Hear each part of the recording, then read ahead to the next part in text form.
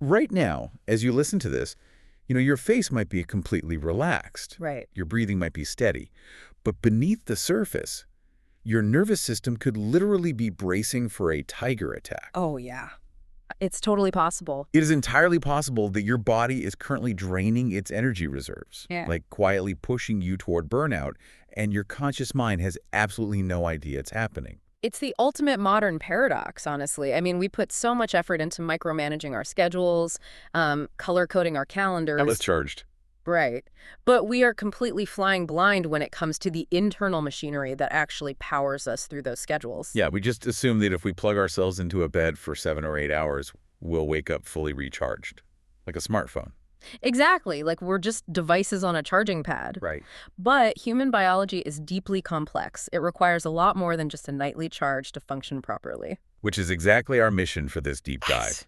Today, we are going to decode those invisible physiological signals your body is sending you, like, all day long. It's a huge shift in mindset. It really is. The goal is to move you away from just managing your time and toward actively managing your energy. Which is so crucial. We're looking at a fascinating stack of sources today, ranging from the technical specifications of a wearable biometric tracker called the OXYZEN Smart Ring, which is subscription-free, by the way, to wellness learning blogs and some incredibly detailed user case studies. And the overarching theme across all this material is moving past those surface level metrics, like just counting your steps. Right, counting steps is so 2015. Yeah, exactly. It's about understanding what is actually happening to your nervous system. And if we want to understand our energy, we really have to start by looking at the silent alarm system that constantly drains it. Chronic stress. Yes, chronic stress. The material we're analyzing points to one primary objective window into the nervous system. It's a metric called heart rate variability, or HRV. And we should probably establish exactly what that is, because I think a lot of people confuse HRV with just, a standard heart rate. Oh, I totally used to. So break it down for us. Sure. So heart rate variability is the measurement of the tiny microscopic variations in time between your consecutive heartbeats. Okay.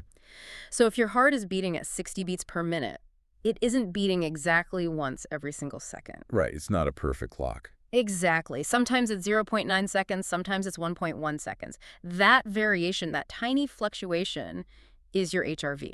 See, I always assume that if I'm, like, perfectly healthy, my heart should beat with perfect precision, like a high-end Swiss watch. That's what most people think. Right. Shouldn't a highly irregular heart rhythm be a bad thing? It sounds totally logical, but physiologically, it is deeply counterintuitive.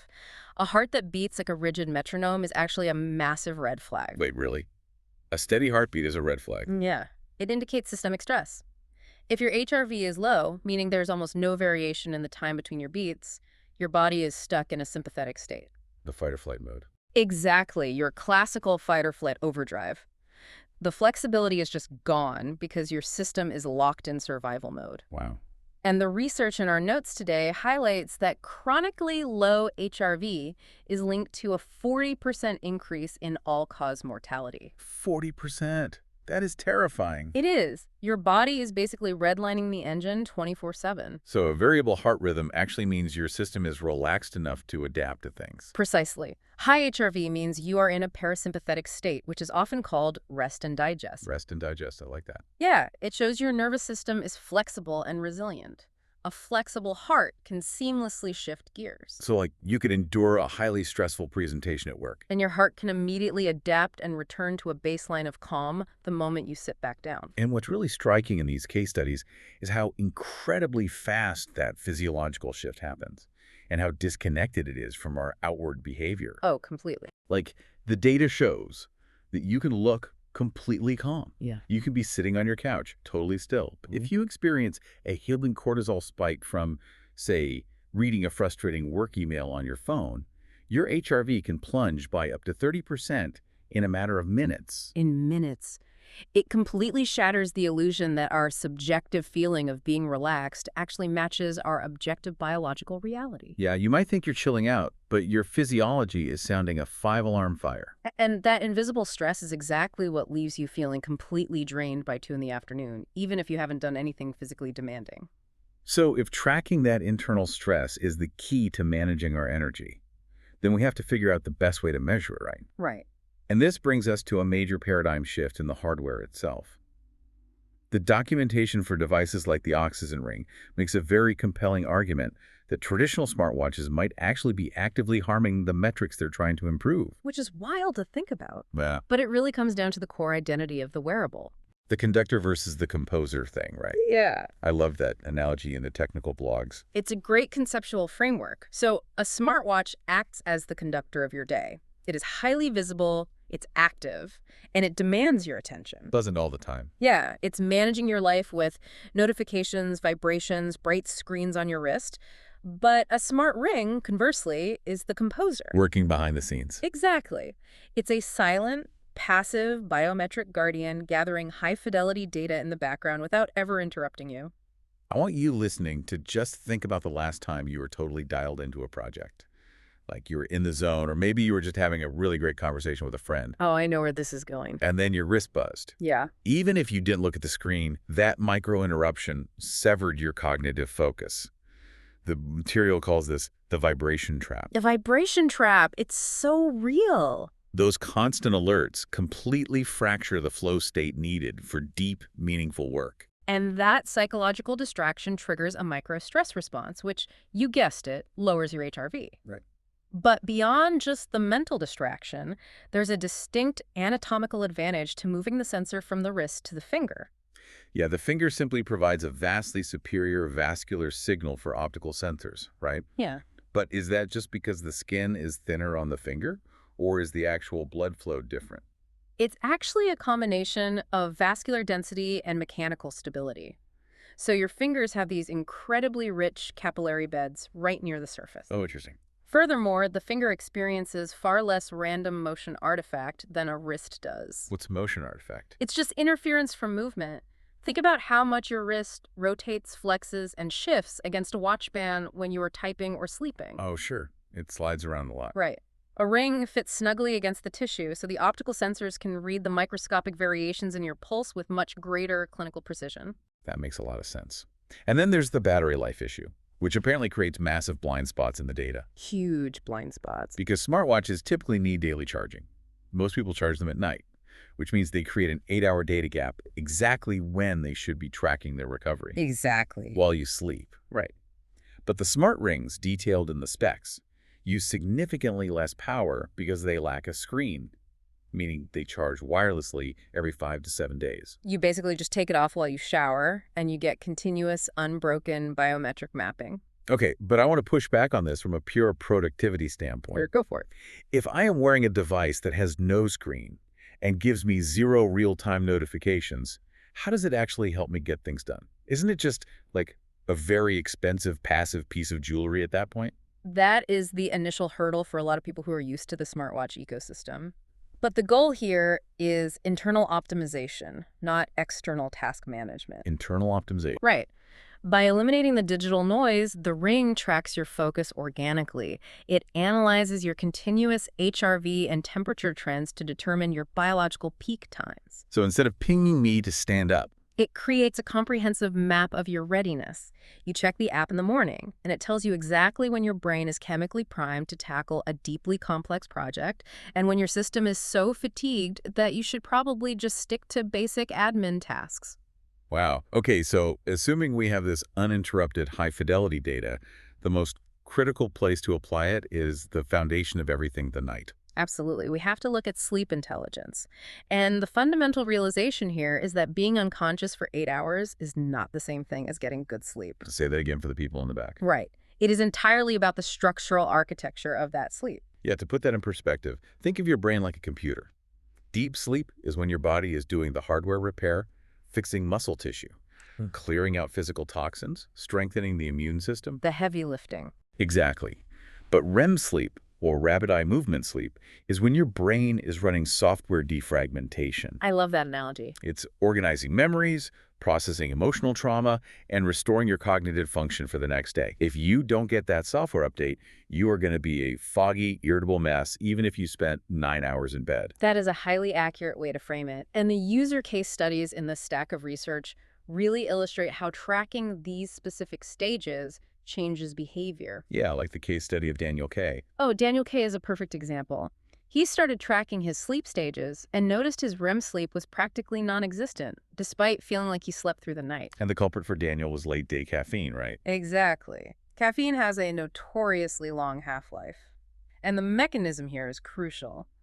Caffeine chemically mimics adenosine. Which is the molecule that builds up in your brain all day to make you feel sleepy. Yes, the caffeine blocks those receptors. So even if Daniel was physically exhausted enough to fall unconscious, the residual caffeine from a 3 p.m. coffee was still blocking the neurochemical pathways required to enter the REM stage. That's crazy. By simply cutting his afternoon caffeine, his REM cycles rebounded and his morning focus skyrocketed. So a huge takeaway, if you want to improve your REM sleep specifically, Yeah. you have to look at cutting back on that late-day caffeine. It leads to way smoother mornings. Absolutely. And it's not just what you consume, but how long you sleep, right? Because the different sleep stages aren't handed out equally throughout the night. Right. Sleep architecture is asymmetrical. Meaning Deep sleep, that physical hardware repair, is heavily concentrated in the first few sleep cycles of the night. But REM sleep, the cognitive software repair, becomes much longer and much more concentrated in the final hours of the morning. oh, wow. So, if you're someone who routinely cuts your sleep short by an hour to get a head start on work, you aren't just losing a random slice of average sleep. You are disproportionately amputating your brain's most vital REM sleep. That is a critical insight for anyone who relies on an early alarm clock. The case studies also bring up alcohol, which is arguably an even bigger disruptor. Oh, alcohol is brutal on sleep architecture. Yeah, there's a user, Julia P., who started looking at her continuous blood oxygen levels alongside her sleep architecture. She saw that even a couple of glasses of wine completely panked her nighttime oxygen levels and just shattered her recovery. Yeah, from a clinical sleep science perspective, alcohol is one of the most potent REM sleep suppressors legally available. So even if you fall asleep faster, you're not actually recovering. Not at all. When you drink before bed, your liver goes into overdrive to metabolize the toxin. This spikes your resting heart rate and keeps your nervous system in a sympathetic, stressed state. The fight or flight mode again. Exactly. Your body spends the first half of the night fighting off the alcohol instead of repairing itself. So, knowing all this, the material provides a very clear roadmap for optimizing your evening. It does. First, you have to establish a rigid, consistent sleep schedule to prevent what the researchers call social jet lag. We see this clearly in the case study of Eric T. He was going to bed at 10 p.m. during the week, but staying up until 2 a.m. on weekends. Which feels totally normal for most people. I mean, I do that. It does feel normal, but biologically, shifting your sleep window by 4 hours chemically confuses your circadian rhythm. Because of the melatonin. Yes. Your body's natural release of melatonin in the evening and the cortisol awakening response in the morning get completely out of sync. Makes sense. By Monday morning, Eric's internal clock was operating as if he had literally flown across several time zones. Once he used his Ring data to realize this, he locked in a consistent schedule, and his Monday brain fog just vanished. The environment plays a huge role here, too. The data emphasizes keeping the bedroom exceptionally dark and cool and actively managing air quality to stabilize your breathing rate. Which brings us to the wind-down routine. You cannot sprint across the finish line of your day and expect to immediately fall into restorative sleep. Right. There's another user, Nora J., who discovered through her breathing data that late-night doom scrolling was keeping her respiratory rate artificially high. Doom scrolling will do that. It really will. She switched her devices to dark mode and instituted an early cutoff time for screens, because the biological goal here is to intentionally drop your core body temperature. Yes, that temperature drop is the primary physiological trigger that tells your nervous system it is safe to shift into the parasympathetic rest and digest state before your head hits the pillow. And if you skip that wind down, You fall asleep with a high core temperature and an elevated heart rate. Your body remains in a mild fight or flight state while unconscious, which fragments the entire architecture of your night. Okay, so let's walk through a realistic scenario for the listener. You've dialed in your sleep, you've cut the caffeine, you've avoided the alcohol, kept the room cool. You wake up, you check your app, and your readiness score looks phenomenal. You're ready to crush the day. Exactly. You start your day. But then, right around 2 p.m., you check your continuous data, and your readiness is plummeting. Your HRV is dropping fast. Didn't happen. You're at the office, so you can't exactly go take a 2-hour nap to get some deep sleep. What is the active response here? This is where we transition into biohacking your readiness in real time. Okay, I love this stuff. The material highlights several immediate actionable interventions, but the first step is simply respecting the data. Right. If your ring tells you your HRV has dropped under 20 milliseconds, your central nervous system is highly vulnerable. If you were planning to go do a heavy, high-intensity workout after work, pushing through in that state drastically increases your risk of joint injury and immune suppression. So rest is no longer optional at that point. It's biologically required. Correct. But assuming you just need to survive the rest of the workday, the biological hacks here are wild. Let's talk about the hydration one, because that blew my mind. Yeah, the water trick. The data shows that drinking just 16 ounces of water can boost your HRV by roughly 6 milliseconds within 10 minutes. It's incredibly fast. I mean, I knew water was good for you, but I didn't realize it acted that fast on the nervous system. How does that actually work? It basically comes down to blood volume.